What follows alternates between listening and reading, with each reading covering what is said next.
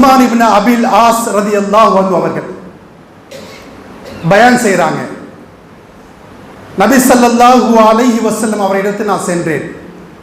அல்லாஹ் யா ரசூலல்லாஹ், அல்லாஹ்வின் தூதரே, நான் தொழுகையில் இருக்கும்போது பலவிதமான எண்ணங்கள், பலவிதமான குழப்பங்கள், பலவிதமான வஸ்வசாக்கள்.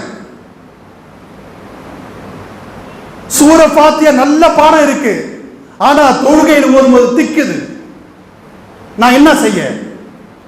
அப்போது அல்லாஹ்வின் தூதர் சொன்னார்கள், قال رسول الله صلى الله عليه وسلم ذاك الشيطان يقال له قنزب.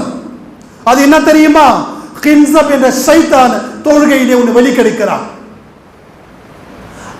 இது போன்ற எண்ணங்கள், இது போன்ற வஸ்வசாக்கள் உனக்கு வந்தால் நீ செய்ய வேண்டியது என்ன? தஅவ்வுஸ் அஊது பில்லாஹி மினஷ் ஷைத்தானிர் ரஜீம் என்று சொல்லி இடது புறமாக 3 தடவை லேசாக துப்பி விடுங்கள். ஃபார்மாலிட்டிக்கா துப்புங்க.